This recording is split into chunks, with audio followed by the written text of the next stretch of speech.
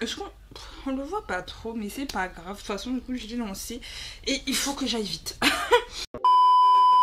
Bonjour à toutes et à tous et bienvenue pour une nouvelle vidéo. Je suis Audrey de la chaîne Distant Sushi, j'espère que vous allez bien. On se retrouve donc pour la partie 2 de mon Sushi News.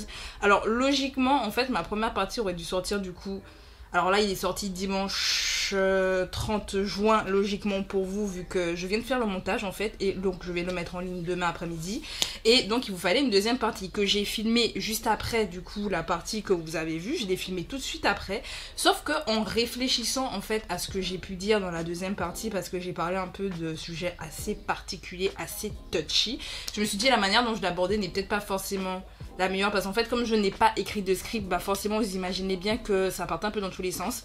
Et du coup je me suis dit bon, au départ c'était en mode c'était pas grave, sauf qu'il y a eu des news qui sont arrivées juste après que j'ai filmé cette vidéo, vu que j'ai filmé la vidéo la semaine dernière.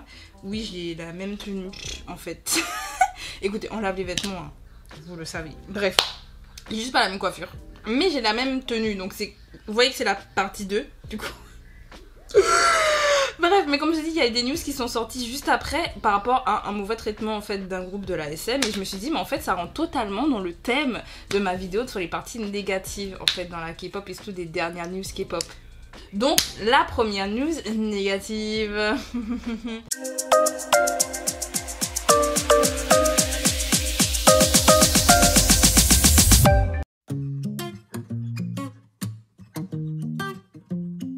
Donc dans ma première partie, je vous ai parlé du coup de WayV qui ont gagné leur tout premier win dans leur tout premier show musical. Donc on était extrêmement contents pour les WayV. Mais en fait, la news par rapport au fait qu'ils aient gagné leur first win et qu'ils aient un tout nouveau staff qui s'occupe d'eux, bah, je vais devoir vous parler du coup du staff qu'ils avaient avant. Et un peu de la manière dont même avec le nouveau staff, les choses se sont un peu dégoupillées sur ce comeback là. Et surtout avec le traitement qu'il y a eu sur Win-Win. Hein? Vous allez vite comprendre. Du coup, en fait, l'année dernière, enfin même pas que l'année dernière, mais avant, WayV avait donc un autre staff que je pense d'ailleurs qui s'occupe de NCT à la base, vu que c'est les Néo, je sais pas quoi, mais c'est un staff, du coup, je pense, les fans d'NCT, vous pourrez me corriger, mais qui du coup s'occupe de NCT. Et en fait, dans la promotion de On My Youth, donc c'est pas si ancien ça, que c'était en fin d'année dernière, dans la promotion d'On My Youth, on a vu des vidéos dans lesquelles en fait les WayV donc devaient enregistrer leur futur album, qui était donc l'album de On My Youth, et qui donnait du coup leur avis par rapport à l'album, etc. Et en fait, on avait des membres du staff qui s'exprimaient de manière hyper péjoratif auprès du groupe et qui vraiment les descendait. C'est-à-dire que moi j'avais regardé du coup ces vidéos et on avait une vidéo où on avait Ten par exemple qui avait dit ouais par rapport à cette chanson ça ressemble un peu à Love Talk etc, nanana, je suis pas sûre que ça marchera, enfin bref, il avait donné son avis parce que bon il est interprète quand même, il va interpréter la chanson, lui aussi il veut que le groupe réussisse et on lui a un peu dit de la fermer. Alors on l'a pas dit typiquement comme ça, mais en gros en mode ton avis, tu sais ce qu'on en fait. Voilà, c'était vraiment un peu dans ce style là qu'on lui avait répondu. Pareil, il y a des choses qu'on a dit au groupe comme bah, en fait s'ils gagnent pas de win c'est parce qu'ils sont nuls en fait, ils sont pas assez bien, ils font pas assez d'efforts, etc., etc. Alors qu'en termes de promotion c'était pas aussi bien que ce que leur nouveau staff fait, et c'est pour ça que là les fans ils étaient extrêmement contents par rapport à leur nouveau staff, parce que vraiment l'ancien limite les insultait, enfin on les dénigrait de fou.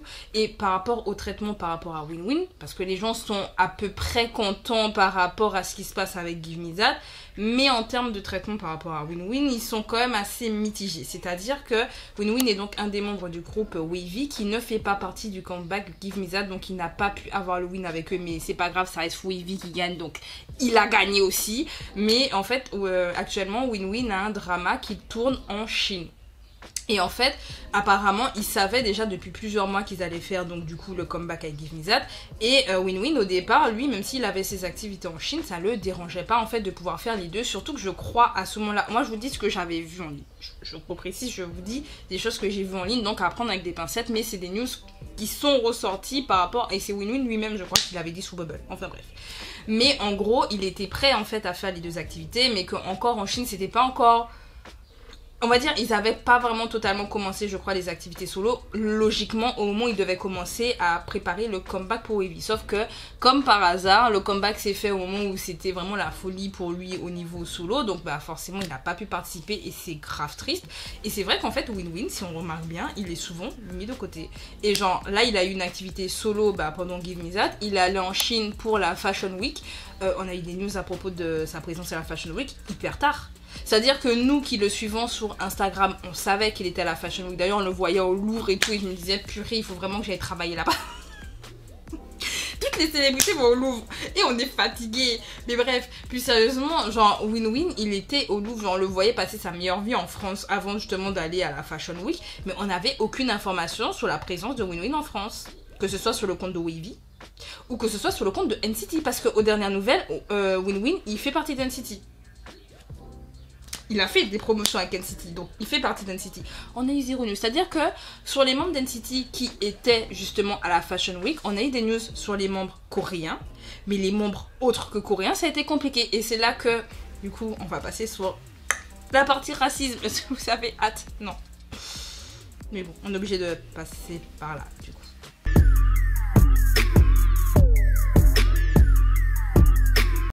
Du coup, partie racisme. En fait, là, pourquoi je parle de racisme, c'est que c'est pas la première fois, en fait, que les artistes, soit chinois, soit japonais, de groupes qui font partie de la SM Entertainment, soient un peu mis de côté. Je peux comprendre que il y a une question de popularité et qu'on mette en avant ceux qui sont populaires et que forcément en Corée, ce qui va marcher c'est être coréen parce que c'est ce qui marche le plus. Il faut avoir des traits coréens, être très blanc et être coréen. Ça vaut plus d'être coréen que d'être japonais ou chinois parce que vous savez très bien la relation qu'il y a entre ces pays là, c'est assez compliqué. Il n'empêche que il y a des mondes qui restent comme très populaires et qui ne sont pas justement coréens. Malgré ça, on n'a pas de news et c'est pour ça que je vous parlais également de Yuta. Yuta était également à la Fashion Week. Alors vous allez me dire oui mais non, mais ils ont posté pour Yuta. Ils ont posté super tard pour Yuta. Je vous assure qu'on était déjà au courant pour tout le reste qui était à la Fashion Week. Limite, ce sont les journaux internationaux qui ont parlé de Yuta et c'est juste après qu'on a vu NCT faire la pub que Yuta était à la Fashion Week. Genre, ils ont fait une photo pareil pour WinWin. Genre, ça veut dire que au moment où tout le monde a déjà parlé d'eux, tout le monde est en mode oh waouh, ils sont trop beaux, ils sont trop bien, nanana. Au moment où les fans ont commencé à vraiment s'agiter et à faire la pub à leur place, ils ont commencé à parler d'eux. À dire si c'était à la Fashion Week.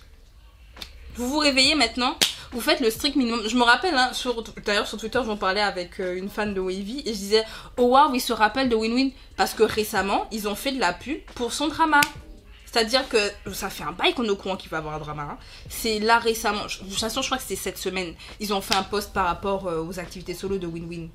Et je me suis dit waouh, ils se rappellent que WinWin fait partie d'NCT et de Wavy. C'est pas vrai.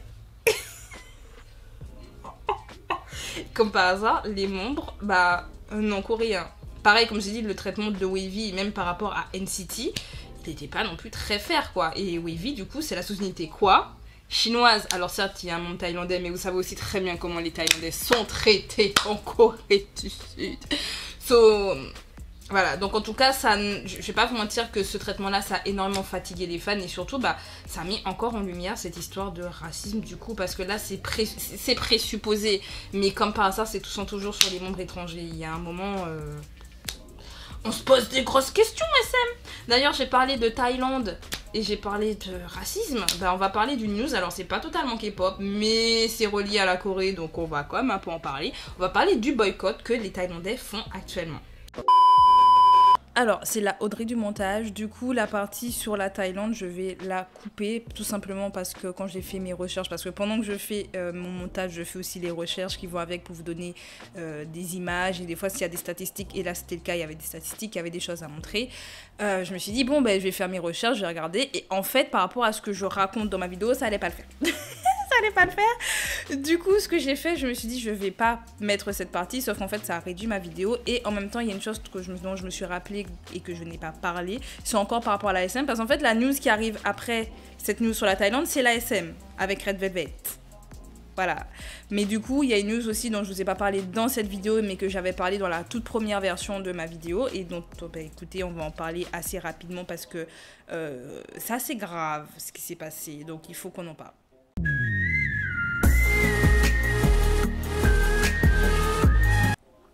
Du coup, la news, donc c'est toujours par rapport à la SM. En fait, cette vidéo de news négative, c'est une vidéo vraiment contre la SM. Là, en fait, c'est la vidéo anti-SM. C'est fou, je suis une SM stan, mais je déteste la SM.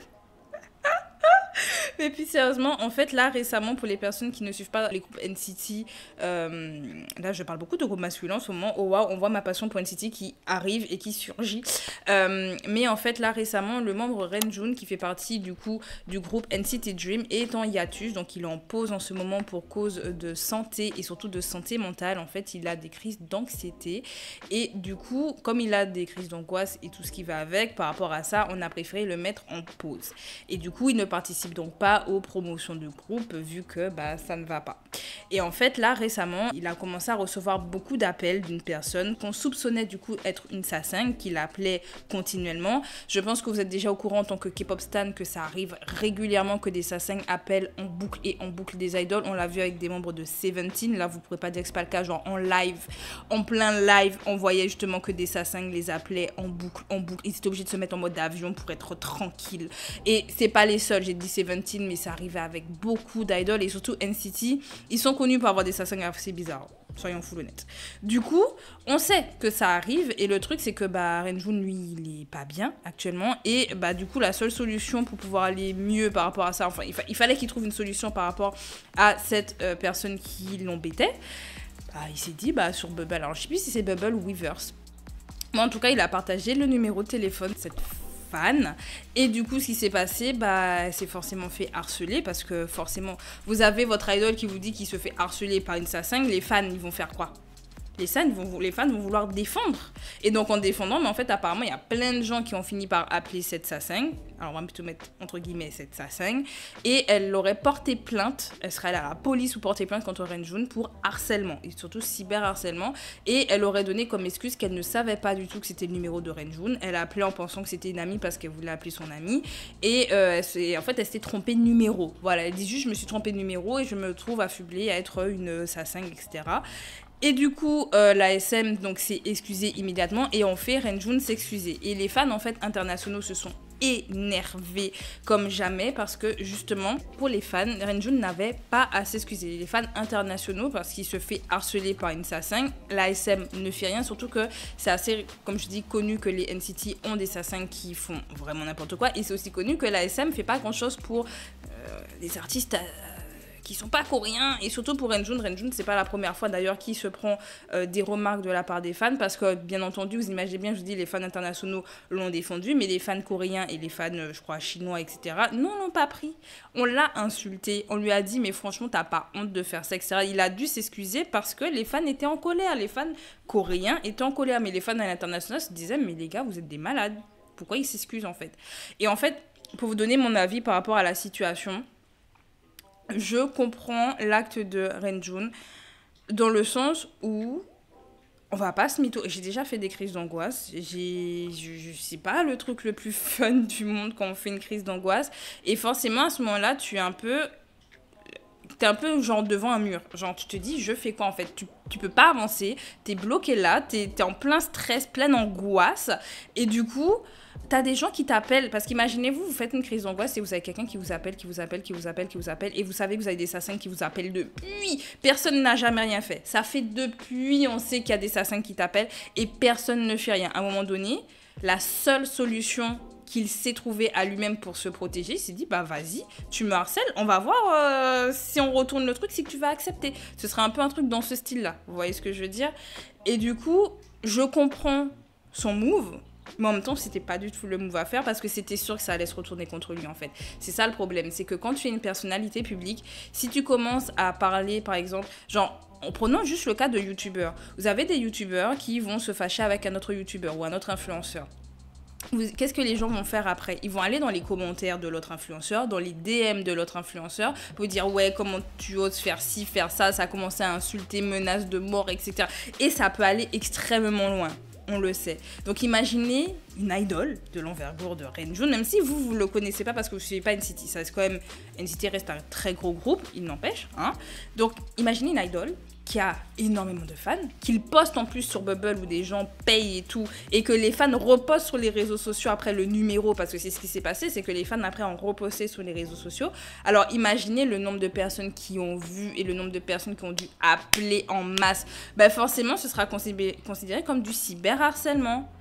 Ce sera obligatoirement considéré comme ça parce qu'il incite en réalité ses fans à répondre. Il n'a pas dit à ses fans de répondre non plus, je crois, hein, mais il a juste mis le numéro.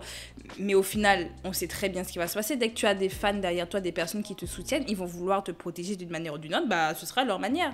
Et donc du coup, lui qui se retrouve harcelé, se retrouve à harceler. Vous voyez ce que je veux dire? Et c'est pas... On va pas se mentir, c'est pas la meilleure des solutions. Je comprends. Et honnêtement, je vous dis, je comprends. J'aurais fait la même. Et je pense que j'aurais fait la même erreur à un moment donné. Genre, t'es vraiment au bout de ta vie et tu te dis, mais purée, mon agence, elle fait que dalle. Je suis au bout de ma vie. Et vas-y, moi-même, je m'en débrouille. Je sais pas si... Ah, vous avez peut-être pas vu cette vidéo. Je vous conseille d'aller voir ma vidéo sur les AC Jump qui est sur ma chaîne secondaire. Je vous la mettrai en barre de description. Et en fait, dans cette vidéo, je parlais justement qu'il y avait un des membres du groupe AC Jump, qui est un groupe japonais. Bah, il avait, je crois, 11 ou 12 ans. Je sais plus quel âge il avait. Mais il était au collège. Le gars s'est retrouvé en face d'une Sasaeng. Il allait régler lui-même les problèmes avec la Sasaeng. Juste, allez regarder la vidéo comme ça, vous serez au courant. Et, mais je vous en dis pas plus. Bon, la vidéo, elle est fait une heure, mais je vous raconte un peu l'histoire du groupe et je vous dis un peu pour chaque membre qu'est-ce qu'ils sont devenus depuis, etc. Mais je vous assure, genre, je sais pas si vous vous rendez compte, il allait lui-même. Genre, et ça peut être dangereux. On sait que les Sasaeng peuvent être dangereuses dans le sens où elles peuvent atteindre à la vie de certaines personnes, ils peuvent avoir des couteaux. Il peut se passer énormément de choses. De ce fait, je comprends le vouloir régler les choses par soi-même quand on voit que d'autres personnes ne le règlent pas, mais c'est pas la meilleure des solutions forcément. Donc je comprends également les fans qui se disent mais en fait si l'ASM faisait quelque chose on n'en serait pas là en fait. Du coup il a fait la réaction, sauf que l'ASM là il réagit. C'est-à-dire que depuis le temps on est au courant qu'à l'assassin que ça réagit pas. Là il trouve une solution qui n'est pas la meilleure, mais il trouve une solution. Là, ça réagit en mode oui, il fallait pas faire ça. Ben, faites quelque chose. Do something. Voilà. Donc, après, peut-être que l'ASM, ils font des choses de manière juridique que l'on ne voit pas parce qu'il faut aussi prendre ça en compte. C'est aussi pour ça que je voulais en parler. Mais tout ce qui est juridique, souvent, ça prend du temps et on le voit pas forcément. Donc, du coup, peut-être que l'ASM avait déjà commencé à intenter des actions. Ça j'en sais rien du tout. Mais le fait qu'on ne soit pas au courant de ce qui se passe un peu dans l'ombre, faut aussi attendre ça. Bon, moi, j'aime bien me plaindre de l'ASM parce que je n'aime pas l'ASM. Donc, si je peux trouver une excuse pour pouvoir leur taper dessus, je le fais. De toute façon, je l'ai fait tout au long de la vidéo. Je l'ai fait par rapport à Utah, je l'ai fait par rapport à WinWin, je l'ai fait par rapport à Wavy. On va le faire par rapport à Red Velvet. Bah, écoutez, on va le faire dès maintenant, du coup. Donc, passons à la partie Red Velvet et leur 10e anniversaire qui a été gâché par l'ASM. Voilà. Voilà. Bah, écoutez, c'est parti.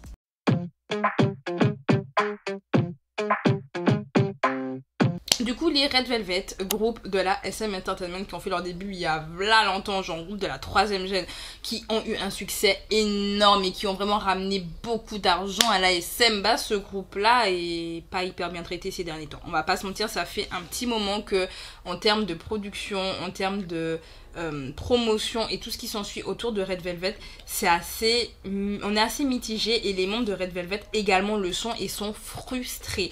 L'année dernière, on en avait un peu parlé avec le comeback Chill Kill parce que les filles s'étaient plaintes, Joy s'était déjà plainte par rapport au comeback. Je sais même pas si vous vous rappelez, je crois que c'était vraiment pour Chill Kill en plus, hein, où ils avaient posté les photos teaser en ligne et les photos teaser étaient même pas en haute qualité. Et genre, ils ont donc supprimé et les avaient repostées. Parce que c'était pas en haute qualité. Je crois qu'ils avaient supprimé une première fois, puis ils les ont resupprimé après. Enfin bref, c'était vraiment du n'importe quoi. La partie promotion de Chill Kill, bah là, leur dernier comeback, c'est la même. Et même au niveau, après, de la production du MV, les filles ont proposé des choses, les filles attendaient des choses qui n'ont pas été faites. Et donc, que ce soit Joy ou que ce soit Yeri, si je dis pas de bêtises, les deux se sont exprimés sur Bubble et elles ont exprimé leur déception. Pareil, le MV devait sortir à une certaine heure, bah le MV a été repoussé. Parce que oui, ils ont dit oui, mais en fait, au niveau editing, il y a eu un petit truc, donc ils ont dû repousser la sortie du MV. Je sais pas si vous vous rendez compte que là, c'était pour le 10e anniversaire de Red Velvet. Là, ce que je vous rappelle, le fait qu'ils aient pas suivi, ils ont pas écouté les membres du tout, mais bon, voilà. Que en termes de promotion, la promotion, elle était pas ouf non plus. Et si vous aviez vu les photos, parce qu'il y a eu des polémiques autour des photos teaser là pour leur dernier, parce que Chill Kill, il y a eu ça, mais leur dernière. on s'est rendu compte de quoi? Que c'était fait avec des IA. Vous allez me dire, c'est le 10e anniversaire d'un de vos groupes les plus populaires qui vous a ramené du fric. Red Velvet, c'est pas n'importe qui. Elles ont performé en Corée du Nord. Ok?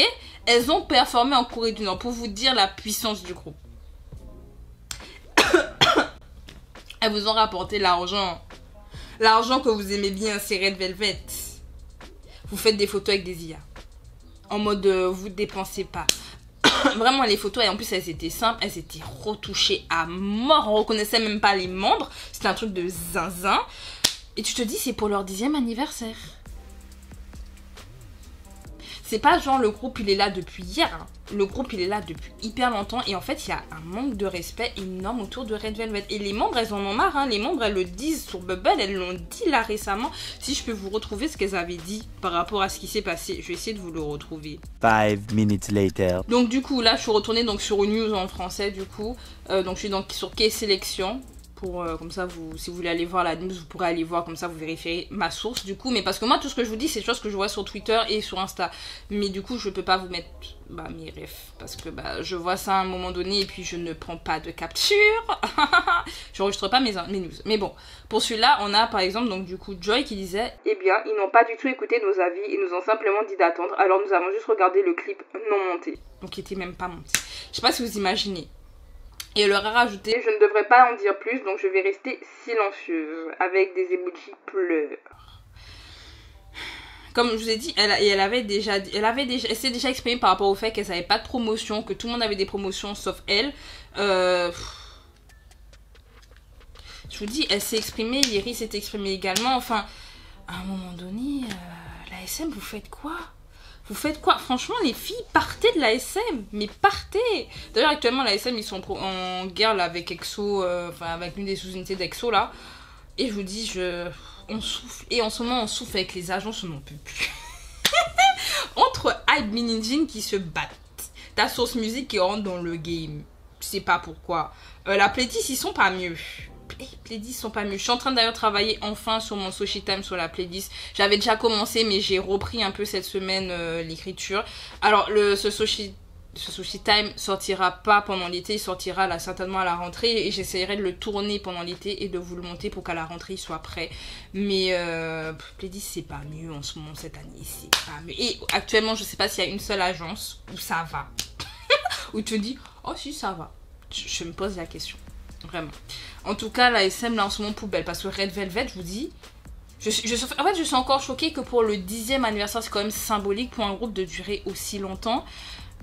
Que ce soit traité de cette manière-là, pour moi, au contraire, on devrait limite dérouler le tapis rouge, vous voyez, faire quelque chose d'énorme, d'explosif. Mais en fait, avec la SM, et ça, c'est un truc que beaucoup de fans aussi critiquent, plus le groupe, il est vieux, plus le groupe avance en âge et moins on s'en occupe. Je sais pas si vous aviez fait attention, par exemple, au traitement des FX. De toute façon, je ferai une vidéo sur la SM.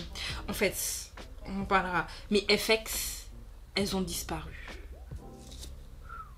Disparition. Disparition. Elles se sont toutes barrées. On n'a jamais eu de vrai disband. Les meufs se sont juste barrées de la SM. Parce que quoi? On a eu Red Velvet après. En fait, il est là le truc. C'est que dès que t'as un nouveau groupe, l'ancien groupe, on commence à le délaisser au fur et à mesure. Genre comme s'il n'existait pas pour mettre hyper en avant le futur groupe. Donc du coup, par exemple, aespa. Au départ, les promotions d'Aespa, c'était pas trop ça les 2 premières années. Et puis après, là, ça a explosé. Là, dernièrement, aespa... Franchement, la promotion autour d'Aespa, je peux pas cracher dessus. Ça, par contre, je peux cracher sur la qualité des albums et le fait qu'on ait 20 000 versions. Genre les posters versions, là, les case versions où c'est en papier, je sais pas quoi, là. Et j'ai acheté des... Les gars, j'ai acheté des versions de case, là. Les case versions pour Wavy et pour NCT. J'en ai acheté. La qualité. La qualité. Mon chat confirme. Non, c'est pas possible. Bref, et on voit la différence. Enfin bref. Mais mis à part ça, c'est vrai qu'en termes de promotion, les spa, on est bien lotis. Mais Red Velvet, elles ont disparu. Genre, on a de moins en moins de comeback. On sait pas quand est-ce qu'elles comeback. Et quand elles comeback, c'est bâclé.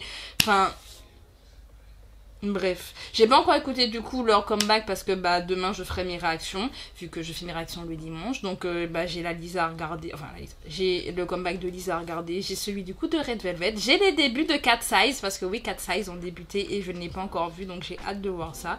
Donc on parlera du coup, de toute façon mes réactions seront certainement déjà sorties avant ce Sushi News, je pense. Donc vous aurez mon avis par rapport à tout ça. Mais voilà, il fallait que je vous parle un peu de cette partie du traitement de la SM par rapport à leurs artistes. Vraiment, je vous assure, moi je suis grave déçue. Alors, je vais pas dire que j'étais une grande fan de la SM, je me considère SM Stan parce que j'aime les artistes de la SM, parce que j'ai toujours aimé TVXQ, Girls' Generation, FX, Red Velvet, NCT, EXO, aespa. Bon, Rise, je n'écoute pas, donc je vais pas faire genre. J'ai écouté un son de Rise qui était très bien d'ailleurs. J'ai pas écouté plus. NCT, oui, ils sont dedans. Donc voilà, mais vous voyez, généralement, je soutiens les groupes de la SM Entertainment.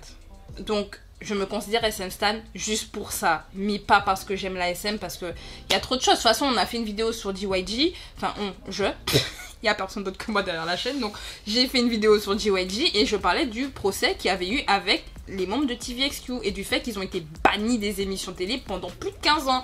Enfin les gars, imaginez-vous, genre la SM c'est pas des agneaux quoi.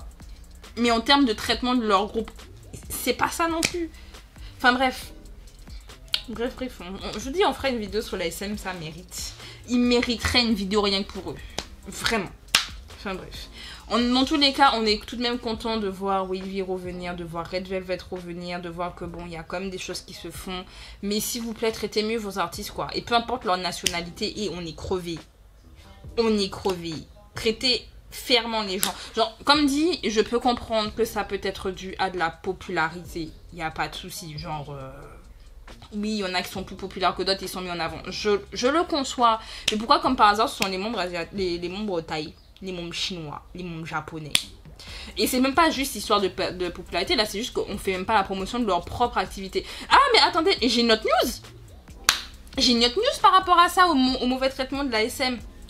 Mauvais traitement de la SM, Gisèle avec son comeback, avec sa collaboration avec Bolfort.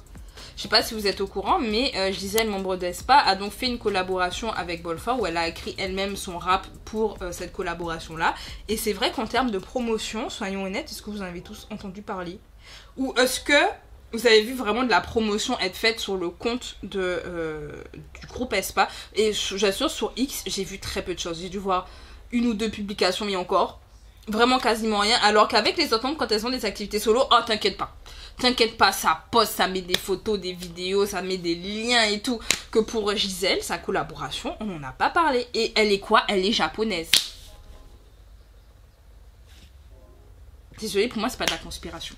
Voilà, moi je vous dis juste les choses comme on le voit, comme on le perçoit, mais à un moment donné, on va pas cacher ça. Surtout que c'est pas, force, c'est un groupe qui est hyper populaire en Corée du Sud, donc on peut pas, au contraire, c'est énorme de se dire qu'on a une membre d'Aespa qui participe avec ce groupe-là.